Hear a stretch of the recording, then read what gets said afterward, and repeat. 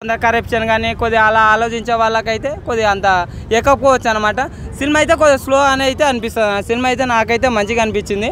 కొద్ది సాంగ్స్ అవి ఒకటే, ఇంక అంత అయితే బాగానే ఉంది. పార్ట్ 3 గురించి వెయిటింగ్ చేస్తున్నా. 2025 అయితే వస్తుంది.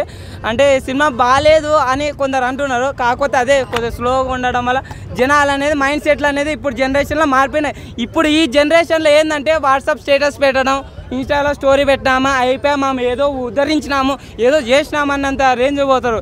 ఇలాగనే ఇప్పుడు ఉన్నట్టు జనాలు ఉండింటే మనకు ఆ రోజు స్వాతంత్రం అనేది వచ్చేది కాదు. ఇప్పుడు చెత్తగా తయారవుతున్నారు జనాలు అనేది.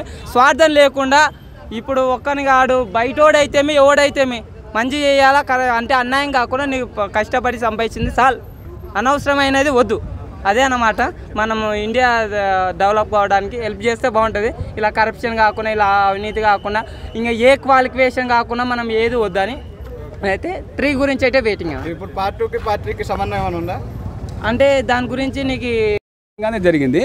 పార్ట్ 3 ఏమవుతుంది అని అంటే సేనాపతి క్యారెక్టర్ మంచిగా రివీల్ చేయడం జరుగుతుంది. ఇంకోటి మనకు యాపిల్స్ బొడ్డు మీద పాడేయడం ఎవరైనా రాఘవేంద్రరావు ఫేమస్ కదా, అవునా కదా? సో ఇదేం చేశాడని అంటే జనాల్లో ఇసిరేసారు. సో మళ్ళీ 90s తర్వాత 20sలో ఎవరైనా యాపిల్ పాడేశారంటే అది శంకర్. ఆ విధంగా జరిగింది.